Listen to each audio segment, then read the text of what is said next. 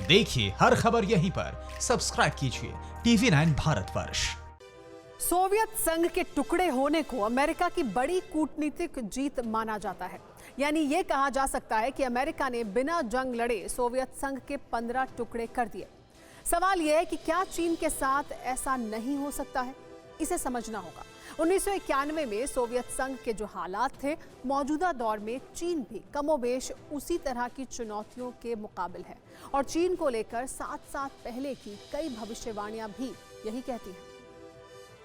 Supersonic deadly missile, पानी के अंदर से आकाश भेदने वाली पनडुब्बी और दुनिया की सबसे बड़ी आर्मी, ये सब देखकर मन में एक ही सवाल आता है कि चीन आखिर इतनी तैयारी किस लिए करता है? कौन है जिससे चीन इतना खतरा महसूस करता है? साल 2013 में चीनी अखबार वेन वीपो ने चीन का वॉर कैलेंडर जारी किया था। इसमें यह बताया गया था कि अगले 50 सालों में चीन को कौन कौन से युद्ध लड़ने हैं और इसमें पहला युद्ध साल 2020 में लड़ने की भविष्यवाणी की गई थी। चीन के वॉर कैलेंडर का पहला अखाड़ा ताइवान को बताया गया है। वही ताइवान जिस पर चीन अपना दावा ठोकता है, लेकिन ताइवान खुद को अलग राष्ट्र मानता है। 1949 से चीन ताइवान को कब्जाने की हर कोशिश करता आया है, लेकिन ताइवान के मजबूत इरादों के आगे ड्रैगन की हर खुराफात धरी रह गई। कोरोना संकट में जब अमेरिका को लगा कि चीन ही उसकी बर्बादी का कारण है, तो ट्रंप ने भी जिनपिंग की कमजोर नस दबा दी और ऐलान किया कि वो ताइवान को अलग देश के रूप में मान्यता देंगे। ताइवान की स्ट्रेटेजिक लोकेशन ऐसी है कि अगर अमेरिका और ताइवान मिल गए तो ड्रैगन की गर्दन के पास ट्रंप के सैनिकों का बेड़ा होगा, यानी ड्रैगन का गेम ओवर। यही वजह है कि चीन के वॉर कैलेंडर का पहला युद्ध ताइवान को चीन में मिलाने के लिए है। अब बात चीन के बाकी 4 युद्ध की, जो वो आने वाले 50 साल में लड़ेगा। पहला युद्ध ताइवान पर कब्जे के लिए 2020 से 2025 तक। दूसरा युद्ध साउथ चाइना सी पर कब्जे के लिए 2025 से 2030 तक। तीसरा युद्ध दक्षिणी तिब्बत पर कब्जे के लिए 2035 से 2040 तक। चौथा युद्ध डयो और रायक्यू द्वीप के लिए 2040 से 2045 तक। पांचवा युद्ध आउटर मंगोलिया पर कब्जे के लिए 2045 से 2050 तक। और छठा युद्ध रूस से हारी जमीन फिर से हासिल करने के लिए 2055 से 2060 तक। चीन के वॉर कैलेंडर के मुताबिक चीन साल 2050 तक दुनिया की महाशक्ति बनना चाहता है और चीन के इस वॉर कैलेंडर का मेगा इम्तिहान भी इसी साल से शुरू होगा। कोरोना वायरस के कहर के बाद जिस तरह के हालात बन रहे हैं, अमेरिका और चीन में जिस तरह का शक्ति प्रदर्शन चल रहा है, उस हिसाब से 7 साल पहले की गई भविष्यवाणी सटीक नजर आ रही है। खैर, चीन का हिसाब होना है और होगा भी। फिलहाल आपको महामारी के माहौल के बीच चंद ऐसी तस्वीरें दिखाते हैं जिन्हें देखकर आपके चेहरे से हर तनाव छूमंतर हो जाएगा।